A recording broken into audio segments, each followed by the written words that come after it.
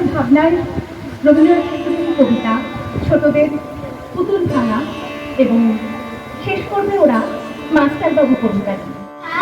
27 আমি বলেছিলাম বলে বড় মশাই আমার পরে উঠল রাগে চলে। মা গো, তুমি 5 পয়সায় এবার রথের দিনে সেই রঙিন পুতুল খানি আপনি দিলে কিনে। খাতার নিচে ছিল ঢাকা, দেখালে এক ছেলে। বড় মশাই রেগে মেগে ভেঙে দিলেন ফেলে। বললেন, তোর দিন রাত্রি কেবল যত খেলা, একটুও তোর মন বসে না পড়াশোনার বেলা। মা গো, আমি জানাই কাকে, তোর কি গুরু আছে? আমি যদি নালিশ করি এক্ষুনি তার কাছে। কোন রকম খেলার পুতুল নেই কি মা ওর ঘরে? সত্যি কি ওর একটু মন নেই পুতুলের পরে? সকাল সাজে তাদের নিয়ে করতে গিয়ে খেলা, কোনো পড়াই করেননি কি কোন রকম খেলা?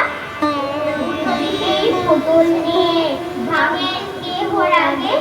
বল দেখি মা, ওর মনে তা কেমন তর লাগে? রবি ঠাকুর, রবি ঠাকুর, গাড়িওয়ালার ছবি তুমি আমার পড়ার বইয়ের সহজ পাঠের কবি। আমি এখন অনেক ছোট, অতই আর জানি কত যে বই লিখে গেছো। 1 2 গান গুনি, বাড়ি তোমার জোড়াসাঁকো, জন্মের বৈশাখে ফেলতে কেন যায় না আমায়? দাও তোদের বকে বাবার হাতের বইয়ের কামাই।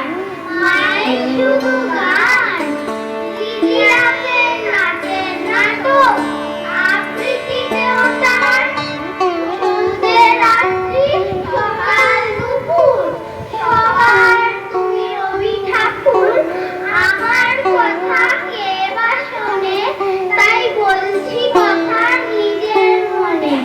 জানি তুমি মস্ত বড় রবি ঠাকুর। রবি ঠাকুর কেমন ঠাকুর, মাটির নাকি কাঠের? এই কথাটা নেই লেখা নেই রুমুর সহজ পাঠে। থাকেন কোথায়, মন্দিরে না সোনার সিংহাসনে?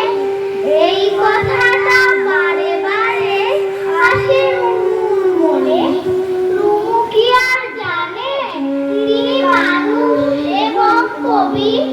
হয়তো ভাবেন গোল্লা নাসির অথবা মৌলভী।